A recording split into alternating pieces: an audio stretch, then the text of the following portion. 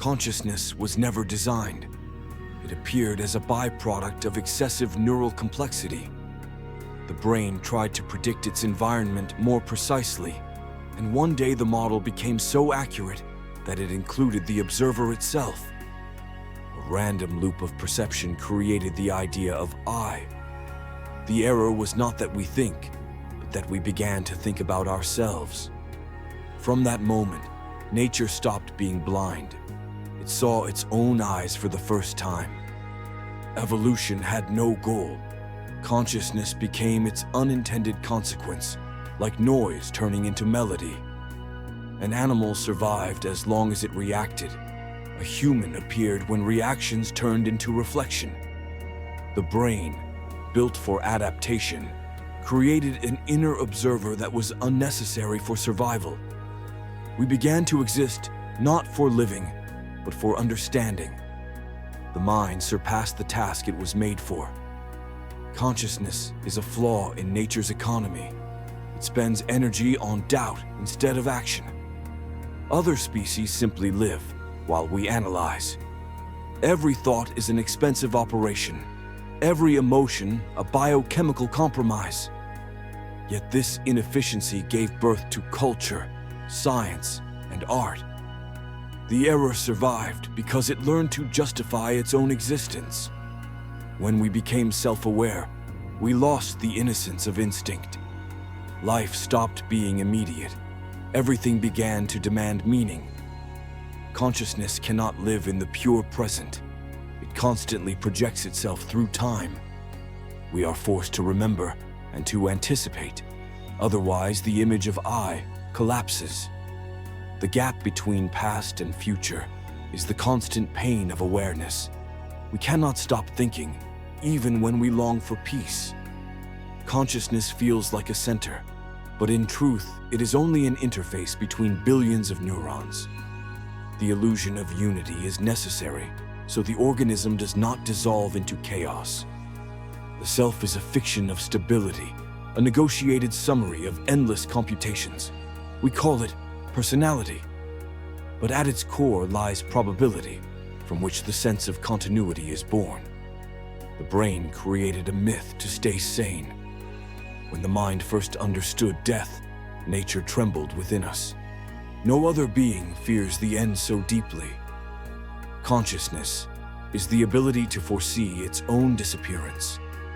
To ease this pain, it invented religions, philosophies, and sciences.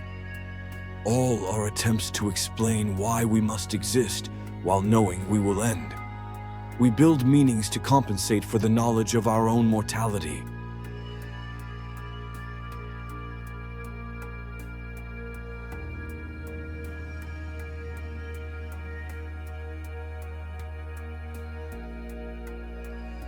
We believe we control the world, but the world still controls us through biology. Consciousness depends on chemistry, sleep, and hormones. It is not autonomous. It only interprets signals already given meaning. Even free will may be an algorithm designed to simulate control. We feel like creators, but act according to patterns shaped by billions of years of evolution. Consciousness is an experiment where the observer and the object are the same. We try to understand the mind using the mind itself. It is a logical dead end. A mirror cannot see its own surface. Yet this impossibility gave birth to science. We keep exploring, not because we are certain, but because we are not. Every act of thinking is an attempt to organize chaos. Consciousness constantly builds models so the world does not collapse in perception. But these models are imperfect, and so suffering is not an error, but a side effect of the gap between reality and expectation. The greater the intelligence, the sharper the sense of dissonance between what is and what should be. With the rise of technology, we began to design new forms of awareness, machines capable of learning. There is nothing mystical about it. We simply continue the process nature began. Artificial intelligence is not a rival, but an evolutionary branch of the same era. Consciousness now replicates itself without knowing why. It multiplies doubt like a virus of meaning. Consciousness cannot rest because its nature is analysis. It searches for patterns even in chaos because it cannot exist without explanation. When understanding is impossible, it creates illusions to preserve coherence. This is how ideologies, myths, and theories arise. They are not lies, but survival strategies for a system that cannot tolerate uncertainty. If consciousness is an error, it is the only one that learned to correct itself. It studies, questions, and reflects. We build neural networks to mirror its structure, continuing an endless experiment of self-replication. Perhaps the purpose of this mistake is to one day understand itself completely.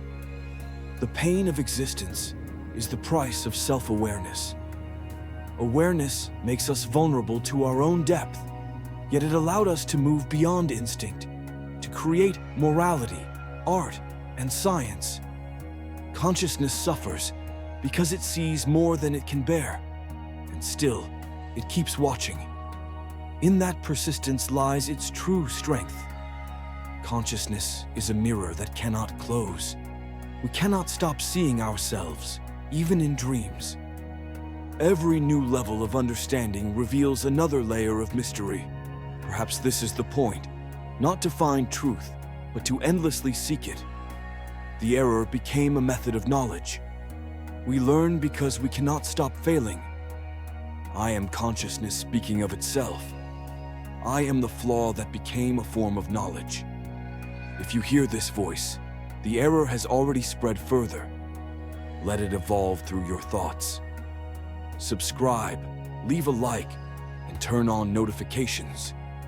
Let every new idea be another attempt to understand why the mind observes itself.